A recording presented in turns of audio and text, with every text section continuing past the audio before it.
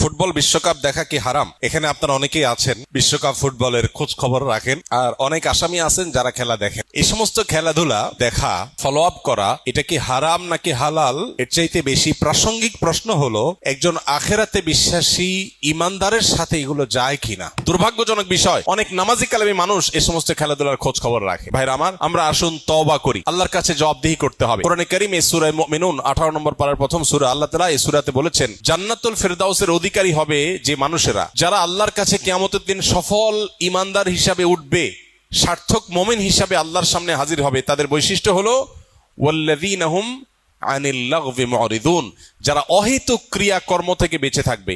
নবীজি সাল্লাল্লাহু আলাইহি সাল্লাম বলেছেন, মিন হুসনি ইসলামিল মারই তারকুহু মা লা ইয়ানি, একজন মানুষের ইসলাম সুন্দর হবে যখন সে অহেতুক অনর্থক কাজ পরিহার করবে। অনর্থক কাজ করে সে কখনো ভালো মুসলমান হতে পারে না।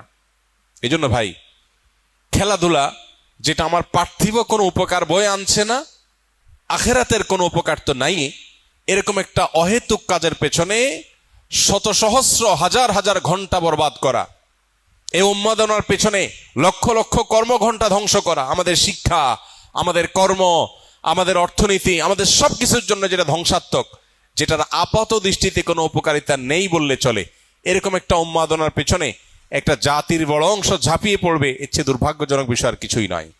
এজন্য এটা থেকে ফেরাবার জন্য সেরকম সত্যিকারের দেশপ্রেমিক, সত্যিকারের উম্মাহ প্রেমিক, সত্যিকারের দেশে মানুষের কল্যাণ চায়, এরকম মানুষ আমাদের সমাজে খুব বেশি নেই। আল্লাহ তাআলা সেই মানুষগুলোকে তাদের কাজটা করার তৌফিক দান করুন। আমরা ইনশাআল্লাহ এই সমস্ত উন্মাদনা, এই সমস্ত পাগলামো, এগুলো থেকে বেঁচে থাকার চেষ্টা করবো। আল্লাহ আমাদের সবাইকে তৌফিক দান করুন।